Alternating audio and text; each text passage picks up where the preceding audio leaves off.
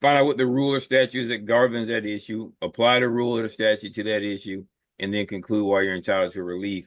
And that's something that you have to let your hands go to get there. If you may have already have waived something, well, then you may want to look and see if there's some sort of an issue that may go to the fundamental rules doctrine. If it's a fundamental error that would require reversal. It just whatever it is.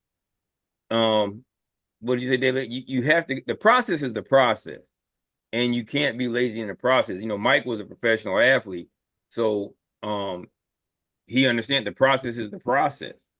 And no matter who you are, what you want, you're going to have to put in the work to get through the process. And you're going to have to do enough repetition that it becomes a little bit easier for you. But unlike a professional athlete who has years and years of training, we don't have a lot of training in this particular area.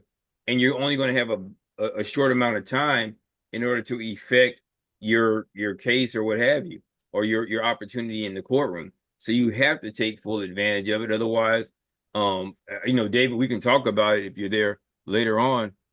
2 years, that's a little odd. I love to see that freaking order. Because you may not, because most of the time you typically only have 30 days to even file a notice of appeal. And then the court's going to require that the appellate court's going to say, hey, we need your initial brief within this time. So I'm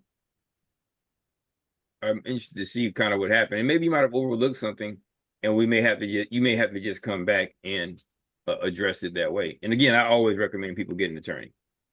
Oh yeah.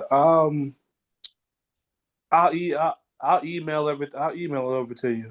You know what I'm saying? You can just take a peek at it, and you can read it yourself and tell me what you think. I'm just extremely confused as to how an order would say you can't come back for 2 years. It's just weird.